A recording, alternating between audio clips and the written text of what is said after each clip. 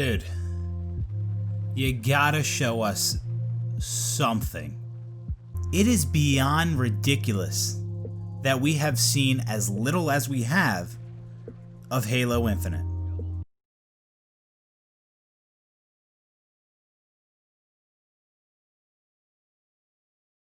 Hey, what's going on, guys? So I know I'm probably a little late to the party with getting this out. Nothing unusual there. But the other day, yesterday, I put out a video bitching about the lack of Halo Infinite news. And today, we got Halo Infinite news. So I will take full credit for that. We knew we were getting an end of the year update, but I was demanding news now, and they gave in to my demands. At least, that's what I want to believe. But for real, 343, they put out a new Halo Infinite blog post, and all in all, I'd say it was pretty good. I'm happy with it. I had a few concerns, but I'd say overall this was pretty positive. Now, when I cover these blogs, I'm not really someone who is going to run through every little fine detail within that blog. I just jot down a few notes as I'm reading through the blog, things that are interesting to me or concerning, and that's what I cover in this video. Now, I know a lot of people, a lot of Halo content creators, they rush to get videos like this out because the news, it's still, it's new and fresh, so they want to get the video out as fast as possible. Fair play. I'm not one to really rush like that. I'll just take my time, get around to it when I get to it. Also, it seems like every time we've gotten Halo Infinite news, I am not able to make a video at that time, whether I'm not home or I'm sleeping or whatever it may be. But I tried to read through this blog very carefully.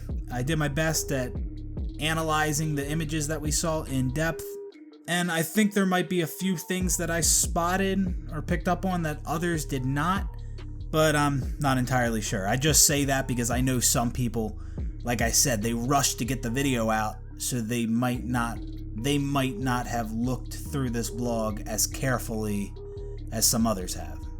But anyways, let's jump right into it. So first off, I like how they recognize their shortcomings pertaining to the Halo Infinite gameplay reveal back in July. They may have already acknowledged that in the past, but they talked a lot about that in this dev blog. They understand that gameplay reveal for Halo Infinite back in July didn't look great. They've acknowledged that there were issues, and they have actively been working to improve them. They understood that people had much higher expectations for the visual fidelity of Halo Infinite, as they should. They talked about things such as shadows, textures, the lack of facial animations, Craig, also the pop-in textures we saw during the gameplay demo. But I just really like that they opened up about this, and they realized that they could have done much better, and that it should have been much better, and they are working to improve the visual fidelity of the game, so that's good. You know, there's been some other issues with their games in the past where it seems like their reaction is to play the blame game a little bit, but when it comes to Halo Infinite and its graphics, they are taking full accountability for this. Also, another thing, it was really cool that we got to hear from Joseph Staton in this blog. If you don't know Joseph Staton, he used to work at Bungie, worked on Halo 1, 2, 3, ODST, and Reach. And although I don't know how much influence he will have over the development of Halo Infinite, I do think it's cool that he is a part of the team. Also, some really big news we found out in this blog is that Halo Infinite is going to be releasing in fall 2021. So, it's not spring like some people were hoping, but at least it's not winter. I was expecting holiday 21, so I'm not totally upset with it being a fall release. That doesn't really bother me a whole lot. And flighting for Halo Infinite is confirmed for next year. So that's really good, because back before Halo Infinite even got delayed, it was looking like we weren't going to get a beta or any kind of flighting or anything like that. But now we know they are going to be flighting the game. Now, I don't know how far out from release they will start flighting Halo Infinite. I hope it's not too close to release, because then you really can't change a whole lot about the game. And I don't care how much you tested the game internally, once it gets out into the hands of the public, people are gonna find things. There's gonna be issues. I mean, just look at what happened with MCC. And in response to the disaster that was MCC, I remember 343, they said, and it might have been Bonnie Ross who said this, they talked about how every future Halo game is going to have a beta to prevent something like the launch of MCC from ever happening again. But if you start flighting the game so close to release, then there's not a whole lot you can change. I mean, just look at how long it took them to get MCC into a good state, into a playable state. I mean, it says in this blog that flighting is confirmed for later next year. Well, later next year is fall, when the game's releasing, so who knows what'll happen. But that is a concern of mine. Also, right here, as you can see, they showed off a couple weapons. They showed off the Spanker rocket launcher. I don't know why we ever went away from this design. If you guys remember Halo 5, the game launched without the Spanker rocket launcher. Their rocket launcher in Halo 5 at launch was just some kind of generic design. I don't know what they were going for, but they finally brought the Spanker to the game later on. The only thing I dislike about this is the orange. I'm just not a fan of the orange. Kind of reminds me of like a toy gun with an orange tip. I don't know, maybe that's just me, plus I don't really like the color orange. Same thing with this yellow right here on the assault rifle. Like, I don't like that. Not a big deal. I'm not claiming it is. I'm just saying I don't like these orange and yellow like stripes on the weapon. Like, I just want it to be strictly black, gray, steel. But anyways, that's just a little minor detail I'm not a fan of. And as you just saw, we got an image of the Halo Infinite sniper. I was disappointed when I scrolled down and I saw this. I was like, no, fuck. Like, when I saw the Spanker rocket launcher, which that image was placed above the sniper image. When I saw the Spanker rocket launcher, I was like, yes, this looks good. They went back to the classic design for the Halo rocket launcher. And then I scrolled down a little further and then I saw this fucking sniper rifle, man. I do not like the Halo 4/Halo 5 sniper rifle design. Maybe I can't say... I wouldn't say I don't like it. I just like it a whole hell of a lot less than the snipe design for Halo 1, 2, and 3, and Reach. And it's the same thing with the Halo Infinite shotgun that we saw a while back, that we saw in the Infinite gameplay demo. They've strayed away from the classic shotgun design. Well, we haven't had the classic shotgun design since Halo Reach. 343 changed it up with Halo 4 and Halo 5, and then they changed up the design of the shotgun again for Halo Infinite.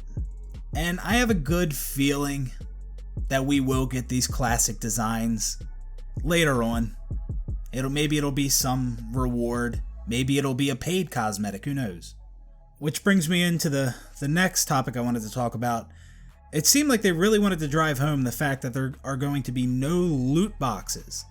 And they say no randomness in rewards.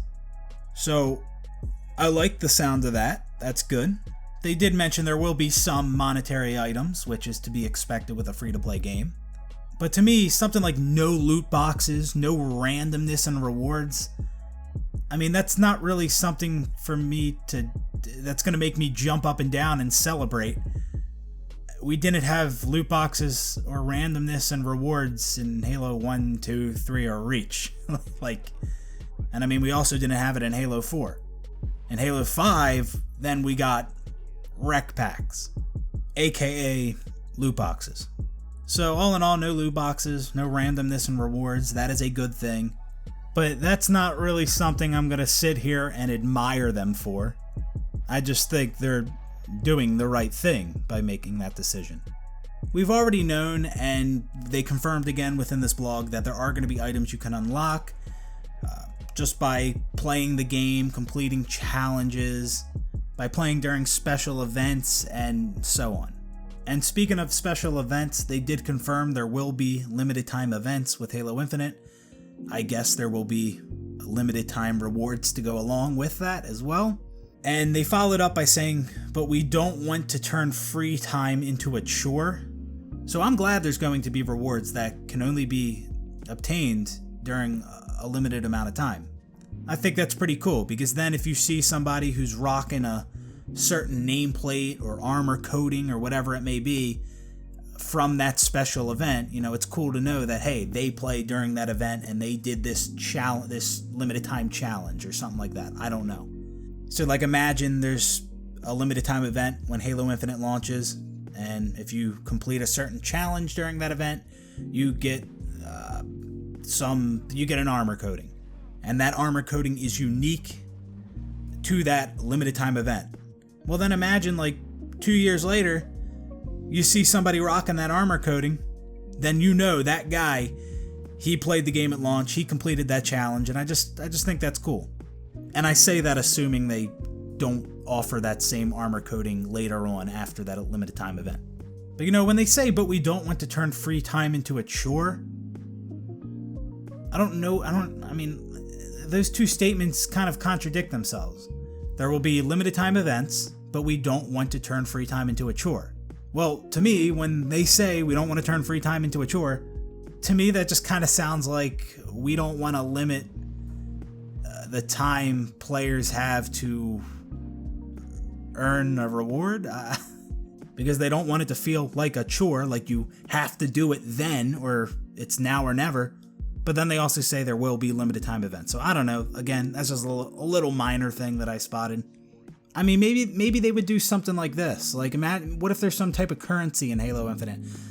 Kind of like season points in MCC. Maybe during the limited time event, there's a limited time challenge, and if you complete that challenge, you get like 50 season points. And assuming that's a lot of season points, you would be able to unlock a bunch of shit. But for the people who don't have the time to play during that limited time event, they can still unlock those items. It's just going to take them longer. I don't know. I'm all for limited time events. I like tying weapon skins to ranks like we see in MCC. I want there to be rewards that are so hard to get that only the 0.1% are going to get them. Now, I'm not saying there should be a ton of cool rewards that only the 0.1% are going to get. No, but I do think it would be cool if there was a helmet that only the best of the best are going to be able to obtain. That, I don't have any problem with that at all. Also, not only did they mention there will be no randomness in rewards, they also said no randomness or items that influence the sandbox and gameplay. So when they say that, they're referring to items that you can unlock in the game, and they say no randomness or items that influence the sandbox and gameplay. So that is good confirmation. To me, that means you're not going to be unlocking weapons or vehicles or grenades. It just sounds like all the unlockables in this game will be solely cosmetic, which that is a good thing. But again, this is not something I'm going to sit here and praise them about. Like, yeah, I would hope there's no unlockables that would add randomness or influence the sandbox and gameplay. Like, I'm not really going to praise y'all for that. That's more so something to be expected. But I'm not shitting on them for saying that. I'm glad they said it and cleared that up. Now, you've heard me mention armor coatings a few times, and I, as well as many others, made videos on this or expressed our concerns with armor coatings, mainly because armor coatings in Halo Infinite will be replacing the classic primary, secondary color system. And I want to make it clear, I don't totally hate armor coatings from what I understand of them. I like the different color patterns. Like, as you can see with this image right here that they showed us, the main color of this Spartan is steel, except for the top of his helmet, which is red, and his right arm and only his right arm is red. I like that. That's cool. Different color patterns. We did see different color patterns in Halo 4 and Halo 5, but from what I can tell, it seems like those different color patterns in Halo 4 and Halo 5. That was a different style than what we're seeing with the color patterns so far in Halo Infinite. So I'm a fan of the color patterns. I do not hate armor coatings. I just wish that the armor coatings were solely color patterns / wear and tear / something else. I wish the color wasn't tied to the coating. I wish you could still choose your primary and your secondary color, but in Halo Infinite, the colors are tied to the armor coating. And it's really not the biggest issue in the world, but it is player choice that is being taken away from the player. And I definitely don't think that's a good thing in this case. But the way they make it sound, they make it sound like there's a trade-off here. Like they didn't want to do that. They didn't want to take away that. They didn't want to take away that player choice. But by doing that and giving us armor coatings, there are some benefits, like the different color patterns, wear and tear of the armor. And like I said in my armor coating video, there might be so many armor coatings in this game that you'll be able to find the combination of colors that you like. And I say they're taking away player choice by getting rid of the classic primary secondary color system, but they are kind of replacing it with new choice. Ooh, what do I want my color pattern to be? There might be armor coatings with the same color pattern but different colors. So again, armor coatings, I don't absolutely hate them. I really like certain things about them, like the different color patterns. I just wish that we still had control over our primary and secondary color. I'm not entirely sure why with Halo 4 and Halo 5 we had both different color patterns we could choose, and you could choose the colors. And now we can't do that in Infinite? I don't know what that's all about. So obviously the armor coating system isn't perfect, but it's not the worst. And another thing pertaining to armor coatings, they mentioned how there's going to be more than just armor, vehicle, and weapon coatings. And I should have mentioned that before. Yes, there is going to be vehicle and weapon coatings, as many of you know. This is kind of old news. But in this blog post, they said there's going to be more than just that. They said environment elements like fuel barrels. Now, I don't know if they're actually talking about like an actual fuel barrel or if they mean fusion coil. So that's kind of interesting. And if by fuel barrels they mean fusion coils, that's not totally weird to me, considering you can pick them up in the campaign. But then how does that work? Like when the fusion coil is just sitting there on the ground, is it just the default texture, and then once you pick it up, your coating just pops onto it? Or when it's sitting on the ground, is it the armor coating? Is it the coating you have selected for it? I don't know. I don't understand completely what this means. And other environment elements, like, what do you mean? Are there coatings for trees? Is that why all the textures look bland and flat? Because we can put our own coatings on them? And they also said something else that was pretty interesting. They said, we're showing some cool Spartan customizations and armors in this update, but we're not done showing players what they can do there. Likewise, players have seen coatings for weapons and vehicles. They know about that, but that's not all they'll be able to customize there either. And then there's things that don't fall into those three areas that players will be able to get via engagement and premium paths too. We have a lot left to talk about. So when they say players have seen coatings for weapons and vehicles, but that's not all they'll be able to customize there either. That sentence right there, along with what they said earlier about environment elements like fuel barrels being able to have coatings for them, it really sounds like we'll be able to have coatings for a lot of other items. And I don't know exactly what that means. Like maybe I could have my own coatings for Marines? Can I pick the coatings for the Marines? Or even the enemies? I doubt it. I don't know. I'm just thinking. Or maybe, what if it's like every item that's available in Forge, you could put a coating on? So like a crate, right? Let's say there's a crate somewhere in the campaign. You could put an armor coating on that because it's a forgeable item. all forgeable items you will be able to put coatings on. I don't know, I'm just speculating. Also, in this blog, they've revealed some of the things, not everything, that will be rewarded to players who achieved a rank of SR 152, the highest rank in Halo 5. They showed an image of a armor coating and a weapon coating that will be rewarded to those players. But how they worded it here, they made it sound like there's going to be other rewards for players who achieved a 152 in Halo 5. And this image, I gotta say, I really like it. I've liked a lot of the Spartan renders that we saw in this dev blog. One thing in particular I wanted to point out is the wear and tear on the armor.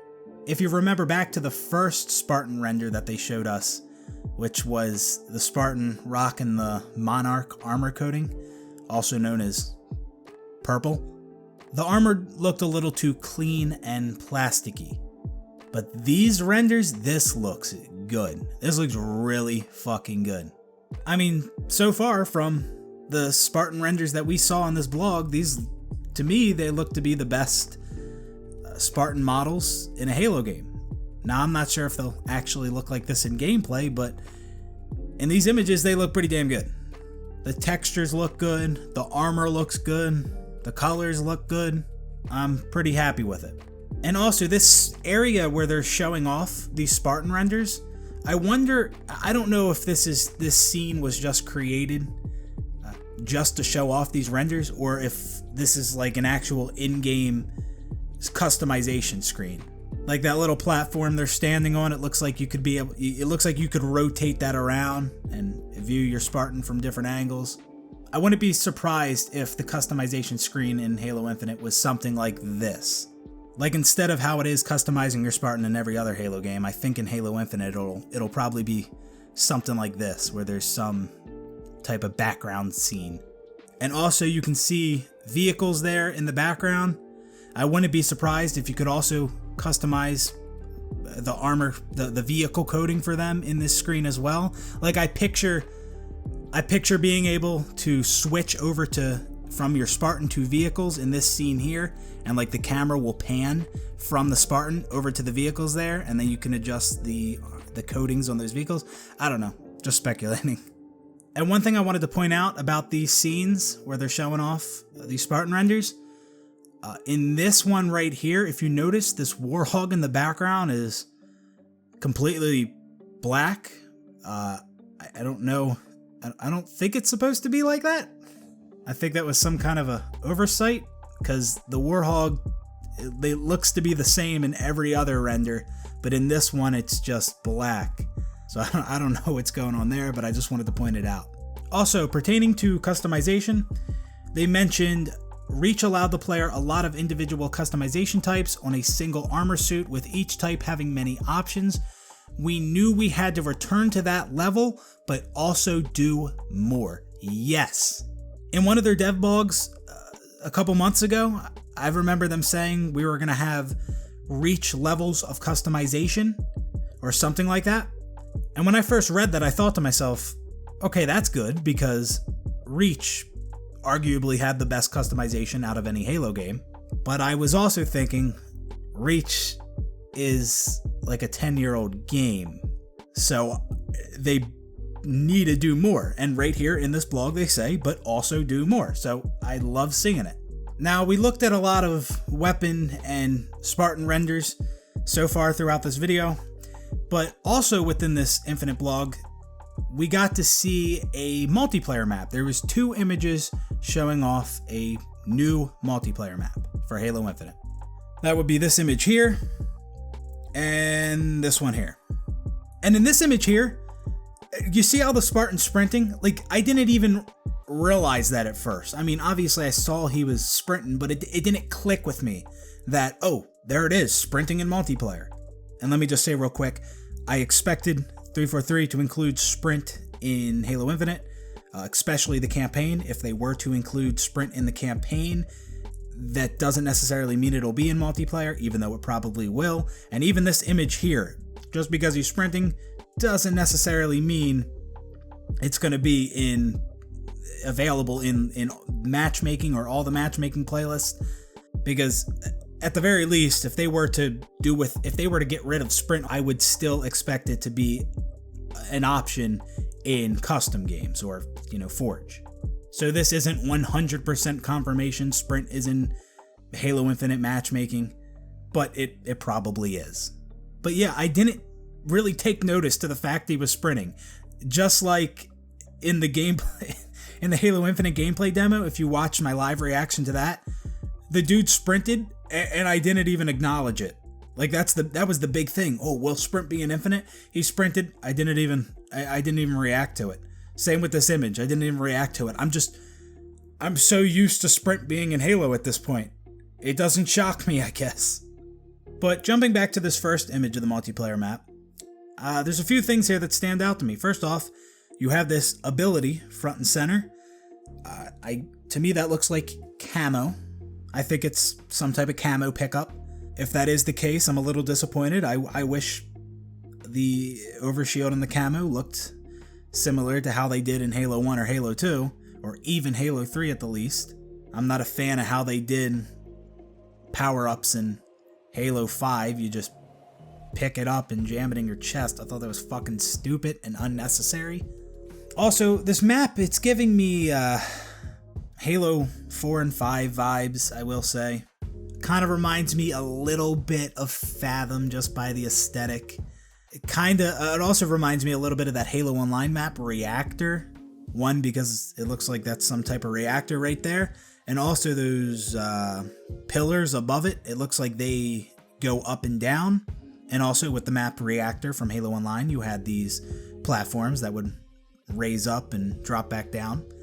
But it's just an image of a multiplayer map. There's not a whole ton to look at and discuss. Like we don't know the entire layout of the map. We don't know if it's a good map or not.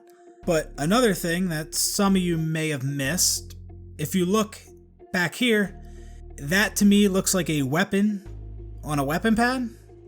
Am I wrong? Maybe I am, I don't know.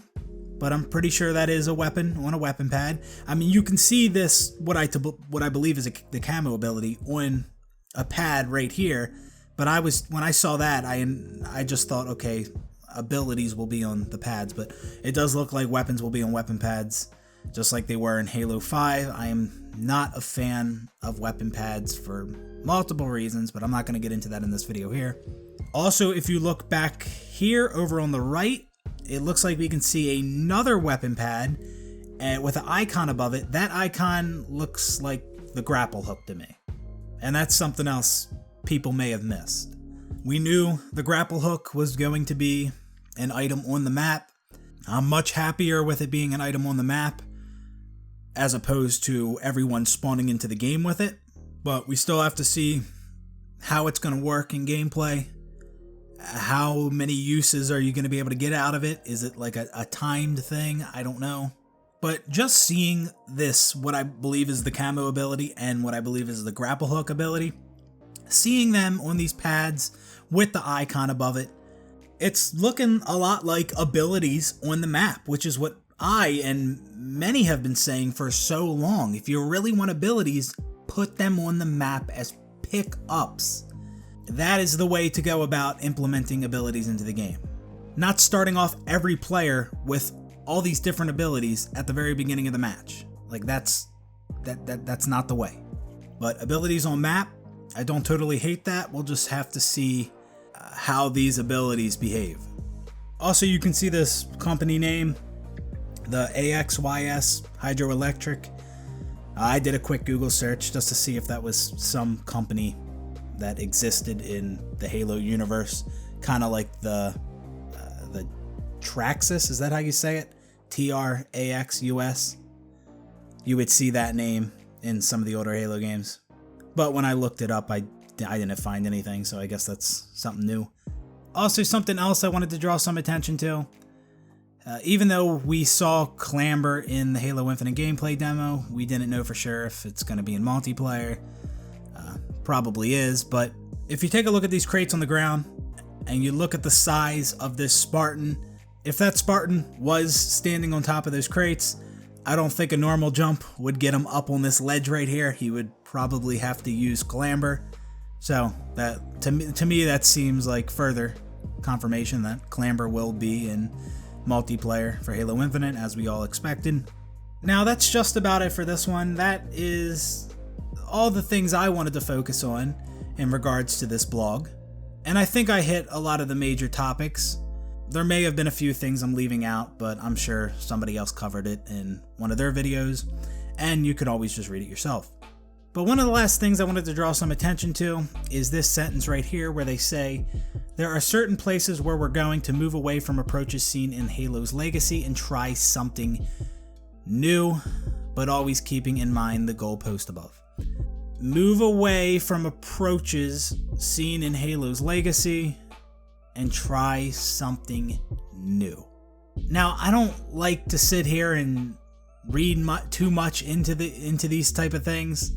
Like, this could have just been referring to the armor coatings, how we're moving away from the primary, secondary color system seen in classic Halo games and even Halo 4 and Halo 5, and now we're doing armor coatings. You know, like, maybe they didn't mean much by this at all, but just reading that, it felt a little weird.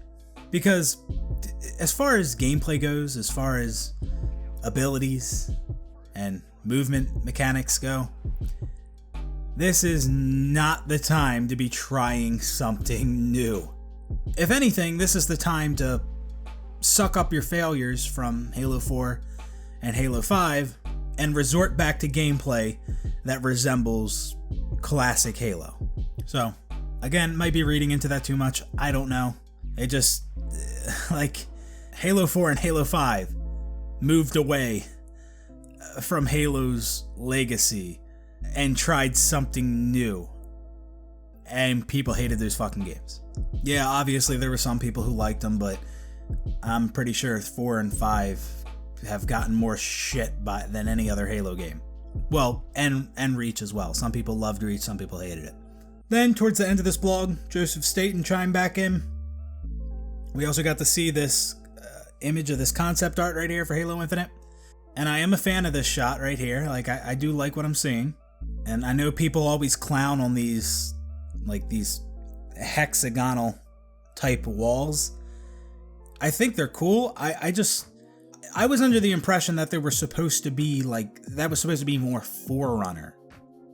And I wanted them to look similar to the way Forerunner architecture looks in Halo 3. Similar to, like, this right here. But maybe it's not actually Forerunner. I don't know. I mean, the way these hexagonal walls are placed, it doesn't really look natural. I mean, these type of rock formations do actually exist. I believe when the lava cools from a volcanic eruption, it'll form these hexagonal rock formations. Well, that's what I read from the brief research I did. So I don't know if that's the same case for these hexagonal walls in Halo Infinite, but IRL, that's how that works. Also, if you look off in the distance, to me, I've seen this shape before.